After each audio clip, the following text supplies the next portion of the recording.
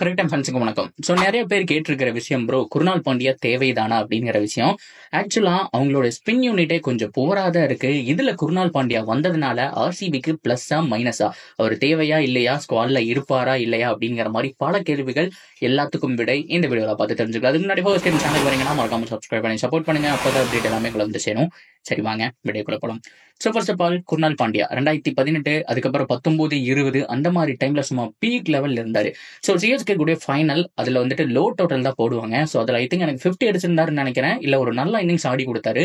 அவர்னால தான் ஓரளவுக்கு நல்ல டோட்டலே அவங்களால போட முடிஞ்சு. அட் த சேம் டைம் அந்த ஃபைனல் சிஎஸ்கேவும் லாஸ் பண்ணுவாங்க. ஸோ குருநாள் பாண்டியா அந்த காலகட்டத்தில் செம்மையா இருந்தாருங்க. பட் ஆஃப்டர் கோவிட் அவருடைய பர்ஃபார்மன்ஸ் அந்த அளவுக்கு சொல்லிக்கிற அளவுக்கு இல்லை அப்படிங்கிறது தான் உண்மையான விஷயம். ஸோ அதுக்கப்புறம் எந்த டீமும் இன்ட்ரெஸ்ட் காட்டுறதா இல்லை. எல்எஸ்ஜியில் இருந்தாருன்னு நினைக்கிறேன். ஸோ அதுக்கப்புறம் போரான ஒரு பர்ஃபார்மன்ஸ் தான். ஸோ அந்த அளவுக்கு பேட்டிங் கிடையாது, ஓரளவுக்கு டீசென்டான ஒரு பவுலிங் தான். பட் இருந்தாலும் ஆர்சிபியை பொறுத்த வரைக்கும் எதுக்கு பிக் பண்ணியிருக்காங்க அப்படிங்கிறத பார்க்கலாம். அவ்வளோ கோடி போனப்போ ஆர்சிபி ஃபேன்ஸுக்கு மனசே இல்லை. ஏன்னா முக்கியமான பிளேயர் எல்லாம் 4 கோடி 3 கோடிக்கெல்லாம் மேக்ஸ்வெல்லை விட்டுட்டு இவருக்கு போறீங்களேடா அப்படிங்கிற மாதிரி அவங்க யோசிச்சாங்க. பட் இருந்தாலும் ஆர்சிபி நீடு என்னவா இருக்கு, எதை பேஸ் பண்ணி எடுத்திருக்காங்க அப்படிங்கிறது தான் முக்கியமான ஒரு விஷயம். ஆர்சிபி பொறுத்த வரைக்கும் சின்னஸ்வாமி ட்ராக்கை பேஸ் பண்ணி தான் எடுத்திருக்காங்க. முழுக்க முழுக்க ஒரு பேட்டிங் கிரவுண்ட். அவங்களுக்கு சூப்பரான ஸ்பின்னர்ஸ் எல்லாம் தேவையான்னு கேட்டா ஆக்சுவலா வச்சிருந்தா இன்னும் பெட்டர். ஆனா அவங்களால சூப்பரான ஸ்பின்னர்ஸ் எடுக்க முடியல. ஸோ ஸ்வப்னல் சிங்கே வந்துட்டு மறுபடியும் எடுத்ததெல்லாம் பார்த்தோம். அவ்வளோ பெரிய குவாலிட்டி ஸ்பின்னர் வந்துட்டு ஆர்சிபி கிட்ட கிடையாது. அவங்களோட ஸ்பின்னிங் யூனிட்டே இல்லை அப்படிங்கிற மாதிரி தான் சொல்லி ஆகணும். இதுல குருநாள் பாண்டியா வரதுனால அவரும் அவ்வளவு பெரிய ஸ்பின்னர் கிடையாது. ரீசெண்ட் டைம்ல ஃபார்ம் அவுட் அப்படின்னா கூட ஓரளவுக்கு டீசெண்டா போடக்கூடிய ஒரு ஆள். ஸோ இது போக Liam Livingstone part time bowling போடுவாங்க. ஸோ இது போக நான் சொன்ன மாதிரி ஸ்வப்னல் சிங்ல மத்தவங்க யாராவது உள்ள எடுத்தா கூட ஓரளவுக்கு டீசெண்டா போட்டு கொடுத்துட்டு போயிடுவாங்க. இதைத்தான் ஆர்சிபி எக்ஸ்பெக்ட் பண்ணாங்க. ஸோ குருநாள் பாண்டியா இருக்கிறதுனால என்ன ஒரு பெனிஃபிட் அப்படின்னா, இப்போ ஒரு சிஎஸ்கே எடுத்துக்காங்க. சிஎஸ்கேல அஸ்வின் எடுத்திருக்கிறதுனால என்ன பெனிஃபிட்னா, அவர் பவுலிங் போட்டாலும் ஓரளவுக்கு சூப்பரா ஒரு சூப்பரானுங்கிறத விட ஓரளவுக்கு டீசெண்டாவே பேட்டிங் ஆடுவாரு. ஸோ அந்த ஒரு 6-4 அடிக்கக்கூடிய ஒரு கெப்பாசிட்டி இருக்கு. ஸோ அதைத்தான் ஆர்சிபி எக்ஸ்பெக்ட் பண்றாங்க.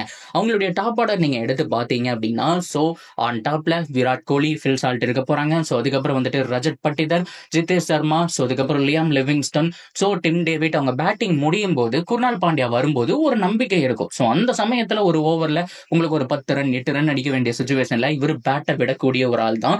ஸோ இந்த மாதிரி ஒரு ஆங்கர் ரோல் ஆடுறதுக்காக தான் பார்த்தோம் அப்படின்னா அவங்க வச்சிருந்தாங்க. ஆக்சுவலா ஜடேஜா முதல்ல வந்த புதுசுல அப்படித்தான் இருந்தாப்ல.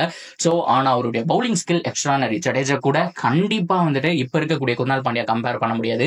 பட் இருந்தாலும் ஆர்சிபி அவங்களுடைய ஒரு தேவைக்கு எங்களுக்கு ஓஹோனுங்கிற ஸ்பின்னர்லாம் வேண்டாம். சின்னசாமி பொறுத்த வரைக்கும் பேட்டிங் ட்ராக் நாங்க ஃபாஸ்ட் பவுலிங் வச்சு சமாளிச்சுக்கிறோம். ஸோ எங்களுக்கு ஓரளவுக்கு டீசெண்டா போடக்கூடிய ஸ்பின்னர் இருந்தா போதும் அப்படிங்கிற மாதிரி தான் போயிருக்காங்க.